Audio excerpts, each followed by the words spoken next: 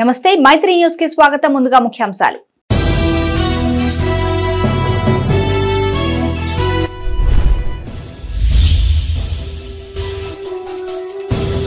పంటలు ఎండబెట్టిన ఘనత కాంగ్రెస్ ప్రభుత్వానిదే. సిరిసిల్లలో ఎమ్మెల్యే కేటీఆర్ పర్యటన.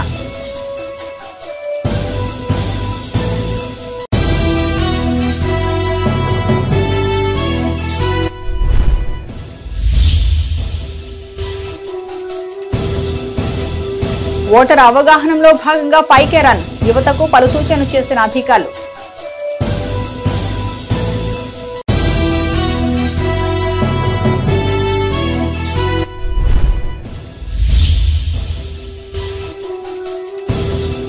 రౌడీ షీటర్లకు రామగుండం సిపి కౌన్సిలింగ్, నేర ప్రవృత్తిని వీడాలని సూచన.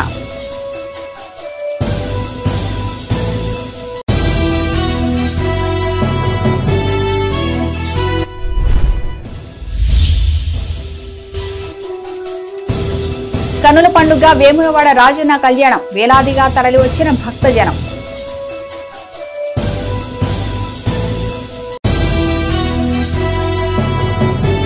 సాగునీరు అందించగా పంటలు ఎండబెట్టిన ఘనత కాంగ్రెస్ ప్రభుత్వానికే దక్కిందన్నారు సిరిసిల్ల ఎమ్మెల్యే కేటీఆర్. తంగళ్లపల్లి మండలం సారంపల్లి గ్రామంలో పర్యటించిన ఆయన స్థానిక నాయకులతో కలిసి ఎండిపోయిన పంట పొలాలను పరిశీలించారు. రాష్ట్ర ప్రభుత్వంపై పలు విమర్శలు చేశారు. రాజన్న సిరిసిల్ల జిల్లా తంగళ్లపల్లి మండలం సారంపల్లి గ్రామంలోని ఎండిన వరి పొలాలను మాజీ మంత్రి కేటీఆర్ పరిశీలించారు. ఈ సందర్భంగా ఆయన మాట్లాడుతూ రాష్ట్ర ప్రభుత్వం చేస్తానన్న రుణమాఫీ చేయలేదు సరికదా, బ్యాంకుల ద్వారా నోటీసులు ఇప్పిస్తూ రైతుల మెడపైన కత్తి పెట్టిందన్నారు. ఇది కాలం తెచ్చిన కరువు కాదని కాంగ్రెస్ ప్రభుత్వం తెచ్చిన కరువని ఎద్దేవా చేశారు. మేడిగడ్డ వద్ద కుంగిపోయిన 3 పిల్లర్ల వద్ద కాపర్ డ్యాం నిర్మిస్తే సరిపోయేదన్నారు. జాతరలు యాత్రలు తప్పితే ప్రజలకు రేవంత్ రెడ్డి చేసిందేమీ లేదన్నారు. ఇచ్చిన మాట ప్రకారం రైతులు కౌలు రైతులకు లబ్ధి చేకూర్చాలన్నారు. క్వింటాల్కు 500 చొప్పున బోనస్ చెల్లించాలన్నారు. మరి ఇప్పుడు 4 నెలలైనా కూడా రుణమాఫీ అనేది కనీసం ప్రస్తావన కూడా లేని పరిస్థితి ఈ రోజు రాష్ట్రంలో చూస్తా ఉన్నాం. రుణమాఫీ చేయకపోగా బ్యాంకుల ద్వారా ఇవాళ రైతులకు లీగల్ నోటీసులు ఇచ్చి మీరు కడతారా సస్తారా అని మెడ మీద కత్తి పెట్టినట్టు వ్యవహారం మరొక దిక్కు చూస్తా ఉన్నాం. ఇంకా దుర్మార్గం ఏంటంటే కేసీఆర్ గారు ఆనాడు 7,000 కోట్ల రూపాయలు తాను అధికారం నుంచి ఎలక్షన్లకు ముందు దిగిపోయే ముందు రైతుల కోసం యాసంగి పంట కోసం 7,000 కోట్లు మరి రైతు బంధు కోసం పెట్టిపోతే ఇవాళ ఆ మొత్తాన్ని కూడా ఆ సొమ్మును కూడా రైతులకు ఇయ్యకుండా సిరిసిల్ల జిల్లాలో రాజన్న సిరిసిల్ల జిల్లాలో ఈ పరిస్థితి వచ్చిందంటే ఇది కాలం తెచ్చిన కరువు కాదు, ఇది కాంగ్రెస్ తెచ్చిన కరువు. ఈ మాట నేను స్పష్టంగా ఎందుకంటున్నా అంటే ఈ గ్రామాలన్నిటికీ నీళ్లిచ్చింది ఆనాడు కేసీఆర్ ప్రభుత్వం. కానీ ఈ రోజు రేవంత్ రెడ్డి వచ్చిన తర్వాత మేడిగడ్డలో 3 పిల్లర్లు కుంగిపోతే ఆయనకు 3 నెలలు 4 నెలలు ఇంకా కూడా ఆ 3 పిల్లర్లను రిపేర్ చేసేందుకు టైం సరిపోతలేదు. కాళేశ్వరం మీద కడుపు మంటతో కేసీఆర్ మీద కడుపు మంటతో మేడిగడ్డ రిపేర్ చేయకుండా 3 నెలలుగా నిర్లక్ష్య వైఖరి అవలంబించినందుకే ఇవాళ ఈ పొలాలు ఎండిపోయే పరిస్థితున్నది. 15-20 లక్షల ఎకరాల్లో ఇవాళ రైతులు బాధపడే పరిస్థితి. ఓటు హక్కు రాజ్యాంగం కల్పించిన హక్కు అని ప్రతి ఒక్కరూ దాన్ని సద్వినియోగం చేసుకోవాలని మంచిర్యాల జిల్లా కలెక్టర్ బదావత్ సంతోష్ కోరారు. ఎన్నికల అవగాహన కార్యక్రమంలో భాగంగా ఐ ఓట్ ఫర్ ష్యూర్ అనే నినాదంతో జిల్లా కేంద్రంలో 5K రన్ నిర్వహించారు. ఈ రన్ లో యువత, క్రీడాకారులు, ప్రజలు, అధికారులు పెద్ద ఎత్తున పాల్గొన్నారు. ఈ సందర్భంగా కలెక్టర్ యువతకు పలు సూచనలు చేశారు.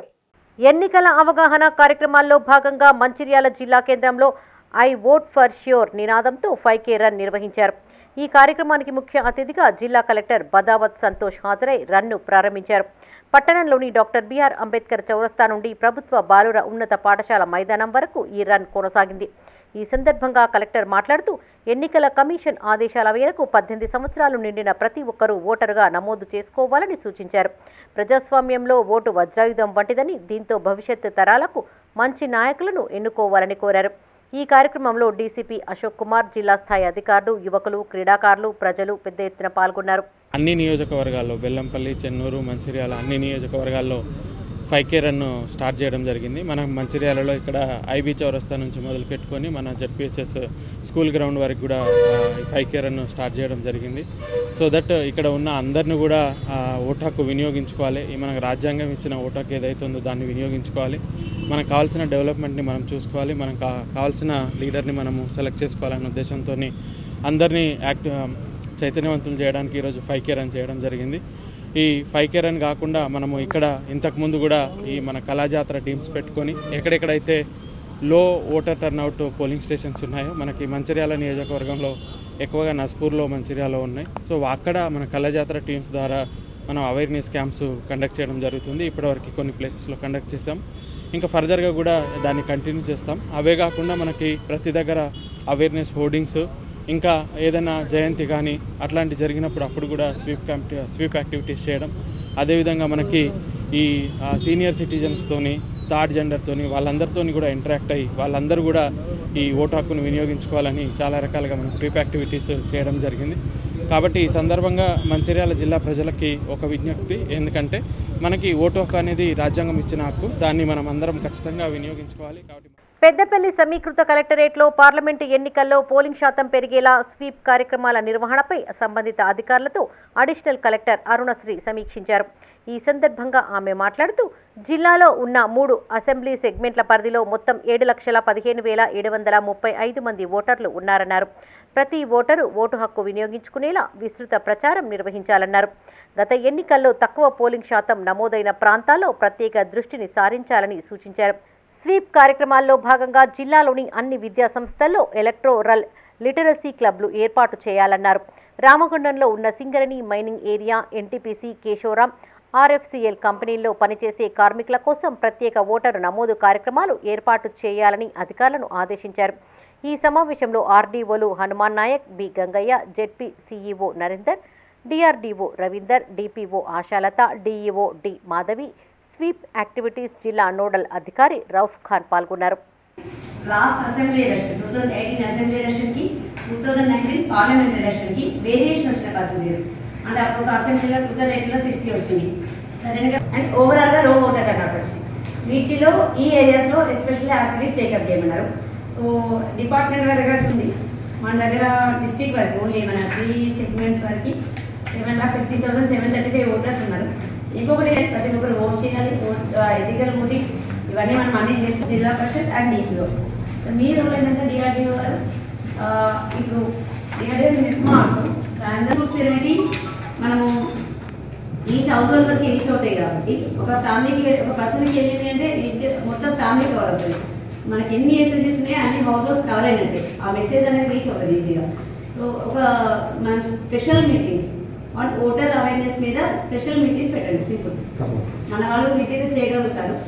District level, mandal level, DO level, SSG level అది ఒక షెడ్యూల్ ప్రిపేర్ చేయండి. ఆ షెడ్యూల్ మీద ఆ షెడ్యూల్ ప్రకారమే ఆ డేట్ లో పర్టికులర్ టైంలో యూనిఫామ్ గా ఎంటర్ జిల్లా జరగాలి. రౌడీ షీటర్లు నేర ప్రవృత్తిని వీడాలని రామగుండం సిపిఎం శ్రీనివాసులు సూచించారు. పార్లమెంటు ఎన్నికల నేపథ్యంలో సమస్యాత్మక ప్రాంతాలపై ఎల్లప్పుడూ నిఘా ఉంటుందన్నారు. ఎన్నికలు సజావుగా సాగేందుకు ప్రతి ఒక్కరూ సహకరించాలని కోరారు. పెద్దపల్లి జిల్లా గోదావరి ఖని 1 టౌన్ పోలీస్ స్టేషన్లో నిర్వహించిన కార్యక్రమంలో రౌడీ షీటర్లకు సిపి కౌన్సిలింగ్ ఇచ్చారు.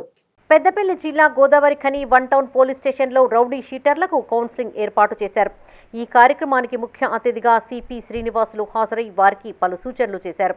ఈ సందర్భంగా ఆయన మాట్లాడుతూ కుటుంబంలో ఒక వ్యక్తిపై రౌడీ షీట్ నమోదైతే సమాజంలో ఆ కుటుంబం వివక్షతకు గురి అవుతుందన్నారు.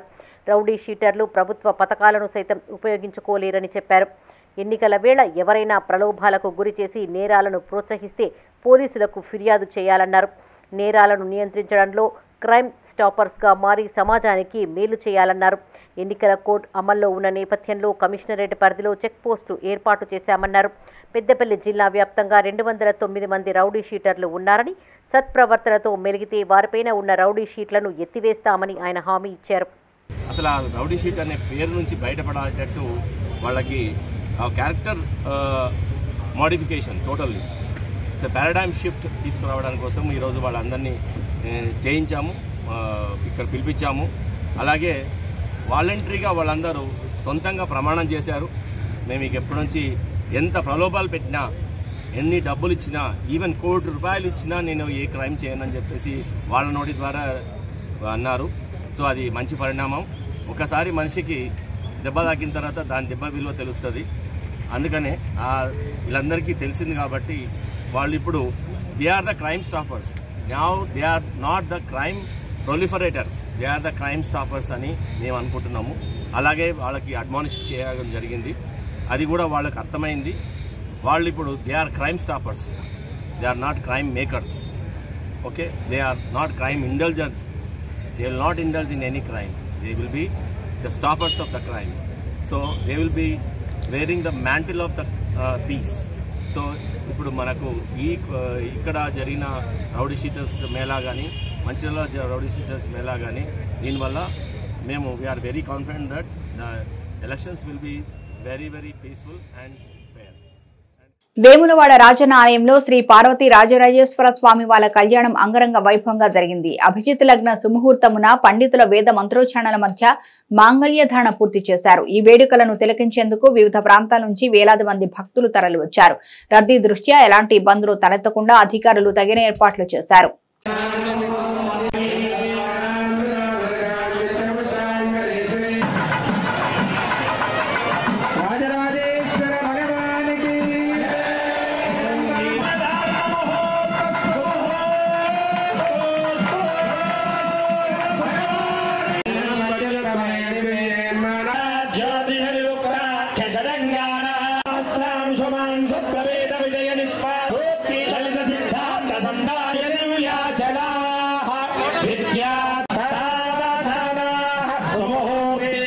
వేములవాడ రాజన్న ఆలయంలో స్వామివారి కళ్యాణ మహోత్సవాలు కొనసాగుతున్నాయి.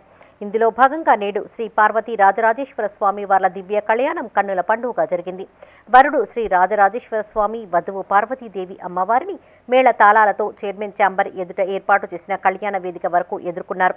వరుడు తరపున ఆలయ ఈవో, వధువు తరపున అర్చకులు పెళ్లి పెద్దలుగా వ్యవహరించగా వరకట్నంగా 551 కోట్లు చెల్లిస్తామన్నారు. కన్యాదాతలుగా ప్రధాన అర్చకులు అప్పాల భీమశంకర శర్మ, ఇందిర వ్యవహరించారు.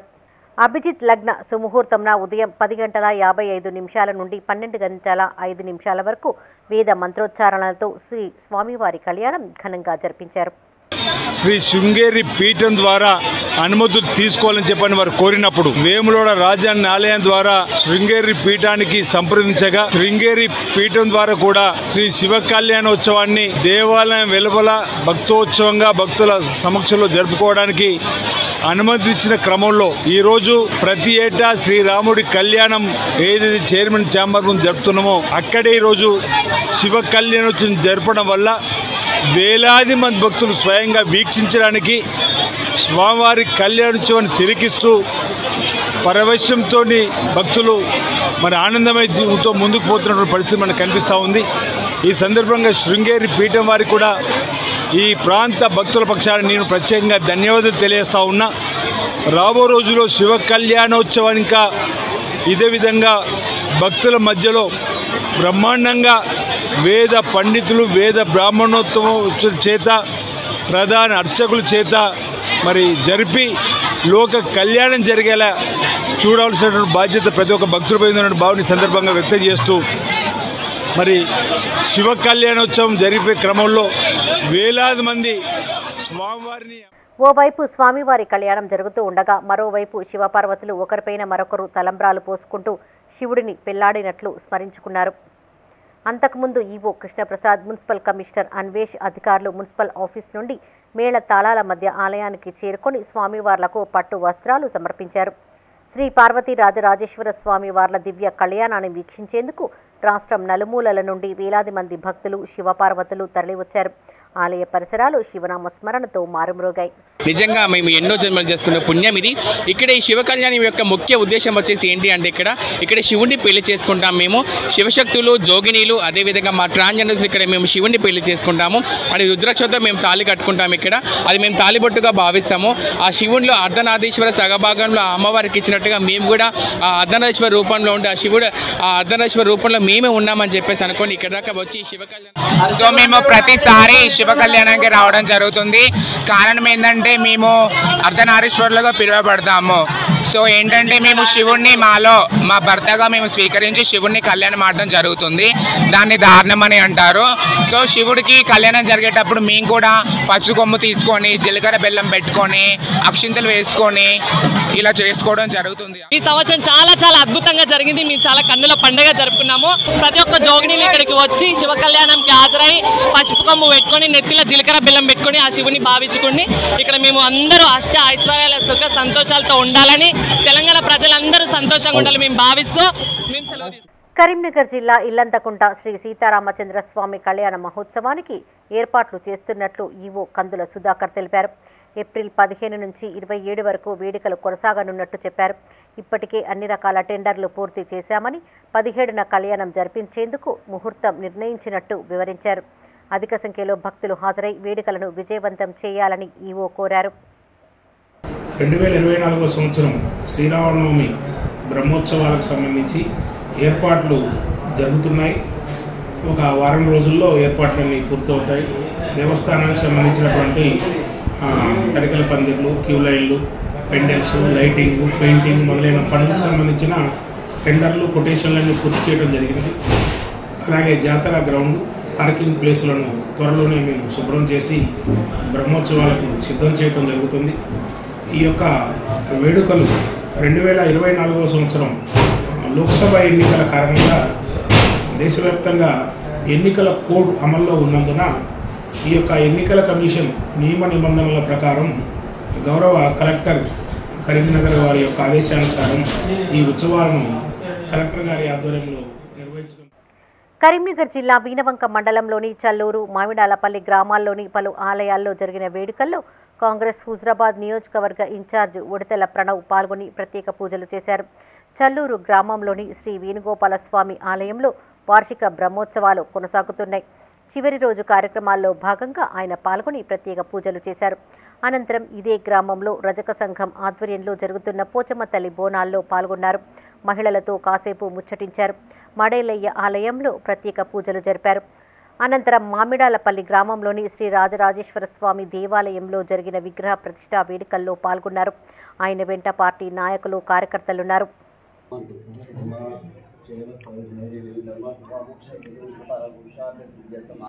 పెద్దపల్లి జిల్లా సుల్తానాబాద్లోని సాంబ శివాలయంలో శ్రీ శివపార్వతుల కళ్యాణం అంగరంగ వైభవంగా నిర్వహించారు. పట్టణంలోని వాసవి కన్యకా పరమేశ్వరి ఆలయంలో ఎదుర్కోళ్ల కార్యక్రమాన్ని జరిపించారు. అనంతరం ఉత్సవ విగ్రహాన్ని పురవీధుల గుండా ఊరేగించిన అనంతరం ఆలయంలో శ్రీ శివపార్వతుల కళ్యాణం జరిపించారు. ఈ వేడుకల్లో వివిధ ఆలయాల కమిటీ చైర్మన్లు, మహిళలు, భక్తులు పాల్గొన్నారు.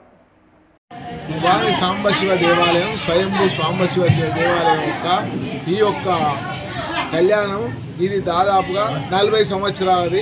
ఈ యొక్క కళ్యాణ మహోత్సవం ప్రతి సంవత్సరం కూడా మహావైభవంగా ఈ యొక్క మా యొక్క అధ్యక్షుల గారు, చైర్మన్ గారి యొక్క గ్రామ ప్రజలందరి సహకారంతో ఈ యొక్క కళ్యాణ మహోత్సవం సుల్తానాబాద్ గ్రామంలో జరుగుతున్నది. ఈ యొక్క కార్యక్రమంలో మరి ఈరోజు కార్యక్రమం ఏంటంటే పార్వతీదేవిని, హిమవంతుని పుత్రికైన పార్వతీదేవిని పరమేశ్వరుడు ఈరోజు వివాహం చేసుకున్నాడు. అందుకే వేములవాడ పుణ్యక్షేత్రంలో ఆధారంగా మేము యొక్క కళ్యాణ మహోత్సవాన్ని నిర్వహిస్తున్నాము. ఎలాంటి విఘ్నాలు లేకుండా ఇన్ని రోజులు ఈ కళ్యాణ మహోత్సవం జరిగింది. మరి ఇటువంటి కళ్యాణ మహోత్సవంలో పాల్గొన్న సుల్తానాబాద్ గ్రామ ప్రజలకు, అనేక పెద్దలకు, ప్రముఖులకు అందరికీ కూడా ఆ భగవంతుడు ఆయుర ఆరోగ్యములు, అష్ట ఐశ్వర్యులు, భోగభాగ్యాలు ప్రసాదించి. కాంగ్రెస్ పాలనలో ప్రజలకు కరెంటు కష్టాలు తప్పడం లేదన్నారు హుజూరాబాద్ ఎమ్మెల్యే పాడి కౌశిక్ రెడ్డి. ఇదే తీరు పరిపాలన కొనసాగితే రానున్న రోజుల్లో 6 గ్యారంటీలను సైతం ప్రభుత్వం ఎత్తివేస్తుందని ఎద్దేవా చేశారు. కరీంనగర్ జిల్లా వీణవంక మండల కేంద్రంలో జరిగిన ఓ వివాహ వేడుకకు హాజరైన ఆయన మాజీ ఎంపీ వినోద్ కుమార్ తో కలిసి టీ స్టాల్ వద్ద ఛాయ్ తాగుతూ పార్టీ శ్రేణులతో ఆయన ముచ్చటించారు. అనంతరం ఎదురుగా ఉన్న మోటార్ వైండిరంగ్ షాపు వద్దకు వెళ్లి మోటార్ పంపుల పరిస్థితి ఏంటని ఎమ్మెల్యే ఆరా తీశారు. ఈ సందర్భంగా పాడి కౌశిక్ రెడ్డి మాట్లాడుతూ కేసీఆర్ పాలనలో మర్చిపోయిన కరెంటు కష్టాలను కాంగ్రెస్ ప్రభుత్వం గుర్తుకు చేస్తుందన్నారు. సక్రమంగా నీరందక పంటలు ఎండిపోయే దశకు చేరుకున్నట్లు తెలిపారు. పరిస్థితి ఇలాగే ఉంటే సాగునీటి కోసం రైతులు రోడ్డెక్కుతారని చెప్పారు. ఆయన వెంట నాయకులు తుల ఉమా, పావని, ఎంపీపీ రేణుకా తిరుపతి రెడ్డి, ఎంపీటీసీల ఫోరం జిల్లా అధ్యక్షులు సంజీవ్ రెడ్డి, కార్యకర్తలు పాల్గొన్నారు. ఇది ఎంత బాధాకరం అని చెప్తే, తెలంగాణని కష్టపడి కేసీఆర్ గారు కొట్లాడి 14 సంవత్సరాలు తెచ్చి కష్టపడి తెలంగాణని ఇంత అద్భుతంగా ఏర్పాటు చేసిన తర్వాత మళ్ళా కాంగ్రెస్ ప్రభుత్వం వచ్చిన తర్వాత ఎవరికి కాలిపోయిన మోటార్లు, కాలిపోయిన ట్రాన్స్ఫార్మర్లు, కాలిపోయిన మీటర్లు, ఇది పరిస్థితి తెలంగాణది. కాబట్టి యావత్ రైతాంగం మొత్తం కూడా, కరీంనగర్లోనే కాదు యావత్ తెలంగాణ మొత్తం కూడా ఖచ్చితంగా మీరు ఆలోచన చేయాలి. ఇలా ఖచ్చితంగా కేసీఆర్ గారిని మీరు కాపాడుకోవాల్సిన బాధ్యత ప్రతి రైతు మీద ఉంది. ఎందుకంటే మిమ్మల్ని మళ్ళా కాపాడుకునే బాధ్యత కేసీఆర్ గారికి ఉంటుంది. లేకపోతే ఈ ఎన్నికలు అయిపోయిన తర్వాత ఈ కాంగ్రెస్ వాళ్ళని ఇట్లనే ఉండి మళ్ళీ మీరు పొరపాటున తప్పు చేస్తే ఈ మోటార్లే కాదు వచ్చింది, వాళ్ళు ఇచ్చే 6 గ్యారెంటీలు కూడా ఎత్తేస్తారు. రేపు ఆగమాగమయ్యే పరిస్థితి ఉంటుంది. కాబట్టి దయచేసి ప్రతి రైతు, ప్రతి యువత, ప్రతి మహిళ ఆలోచించాల్సిన అవసరం ఉన్నది. రాజన్న సిరిసిల్ల జిల్లా గంభీరావుపేట మండల కేంద్రంలోని ప్రాథమిక వ్యవసాయ సహకార సంఘం కార్యాలయంలో సర్వసభ్య సమావేశం నిర్వహించారు. ఈ సమావేశానికి ముఖ్య అతిథిగా టెస్కాప్ చైర్మన్ కొండూరి రవీంద్రరావు హాజరయ్యారు. ముందుగా కార్యదర్శి రాజిరెడ్డి 2023-24 వార్షిక ఆదాయ వ్యయాలను సంఘ సభ్యులకు చదివి వినిపించారు. అనంతరం కొండూరి రవీంద్రరావు సభ్యులకు పలు సూచనలు చేశారు. ఈ కార్యక్రమంలో CESS director Narayanarao, single window vice chairman Ramanjigoud, మాజీ సర్పంచ్ శ్రీధర్ పండితులు, డైరెక్టర్, సిబ్బంది పాల్గొన్నారు. 24,25,62,960 లావాదేవీలు అంటే ఎరువులు అమ్మినవి కానీ, విత్తనాలు అమ్మినవి కానీ, ఇతర కార్యకలాపాలు మనం ఏదైతే చేసినామో ఇవన్నిటి ద్వారా మన యాక్టివిటీ మనకు వచ్చింది 2,23,20,00,000 అయితే దీంట్లో ఈ సంవత్సరం అంటే ఇప్పటికి అంచనా ప్రకారం పోయిన సంవత్సరం ఆడిటెడ్ ఇన్కమ్ 27 లక్షలు అయితే ఇప్పుడు అన్ఆడిటెడ్ అంటే ఇంకా మనం ఇంట్రెస్ట్లు, డివిడెండ్, మన మెంబర్స్ పంపడం ఇవన్నీ కూడా కేటాయించలేదు. కాబట్టి పెద్దపల్లి పార్లమెంటు కాంగ్రెస్ పార్టీ అభ్యర్థి వంశీకృష్ణ స్థానంలో మాదిగలకు టికెట్ కేటాయించాలని కోరుతూ మాదిగ శక్తి ఆధ్వర్యంలో ఢిల్లీలో ధర్నా చేశారు. అనంతరం ఏఐసిసి సెక్రటరీ కల్నల్ రోహిత్ చౌదరికి వినతి పత్రం అందజేశారు. ఈ సందర్భంగా వారు మాట్లాడుతూ తెలంగాణ రాష్ట్రంలో మాదిగ సమాజ వర్గానికి రాజకీయంగా అన్యాయం జరుగుతోందన్నారు. పెద్దపల్లి పార్లమెంటు టికెట్ ను ఒకే కుటుంబానికి చెందిన వారికి కేటాయిస్తున్నారని వాపోయారు. పెద్దపల్లి, వరంగల్ పార్లమెంటు స్థానాలతో పాటు కంటోన్మెంట్, అసెంబ్లీ స్థానాలను మాదిగలకే కేటాయించాలని వినతి పత్రంలో కోరారు. ఈ ధర్నాలో వివిధ అనుబంధ సంఘాల ప్రతినిధులు పాల్గొన్నారు.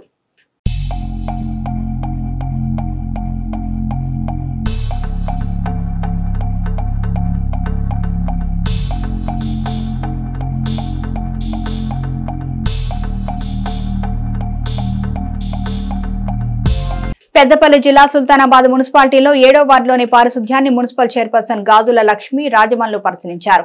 ఈ సందర్భంగా ఆమె కాలనీ వాసులతో మాట్లాడారు.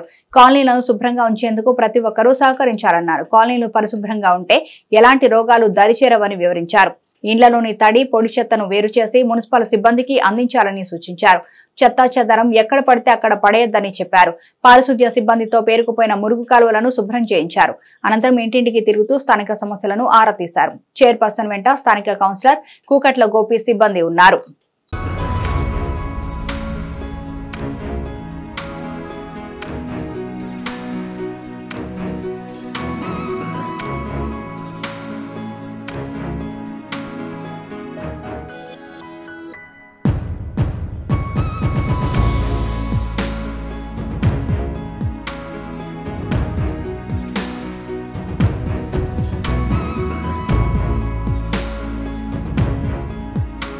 రాజన్న సిరిసిల్ల జిల్లా చందుర్తి మండల కేంద్రంలోని బస్టాండ్ ఆవరణలో సీఐ వెంకటేశ్వర్లు వాహన తనిఖీలు నిర్వహించారు.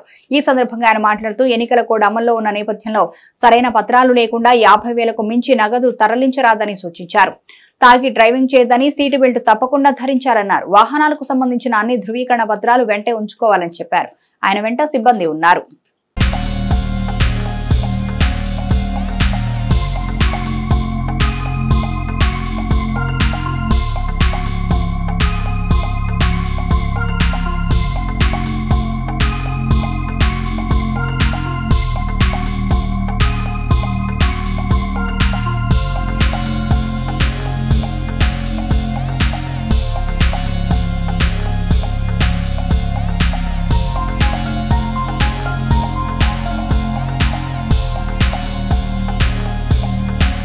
పెద్దపల్లి జిల్లా సుల్తానాబాద్ మున్సిపాలిటీ బీజేపీ అధ్యక్షులు కూకట్ల నాగరాజు అధ్యక్షతన స్థానిక సాయిరాం గార్డెన్స్ లో పట్టణ శక్తి కేంద్రం బూత్ అధ్యక్షుల సమావేశం నిర్వహించారు. ముఖ్య అతిథిగా అసెంబ్లీ ప్రభారి అరుముళ్ల పోషం హాజరై మాట్లాడారు.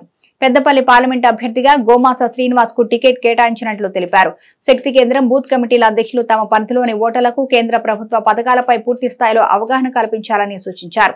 పెద్దపల్లి పార్లమెంట్ అభ్యర్థిగా గోమాస శ్రీనివాస్ ను భారీ మెజార్టీతో గెలిపించుకోవాలన్నారు. అనంతరం సుల్తానాబాద్ పట్టణ శక్తి కేంద్రం ఇన్ఛార్జీలుగా పవన్, ఏలవేణి తిరుపతి, శ్రీకాంత్, సాయి కిరణ్, బుర్రా సతీష్ గౌడ్ ని నియమించారు. ఈ కార్యక్రమంలో బీజేపీ నాయకులు, అనుబంధ సంఘాల కార్యకర్తలు పాల్గొన్నారు. తెలుసుంటేనే మనం మన ఓటు శాతాన్ని పెంచుకునే అవకాశం ఉంది.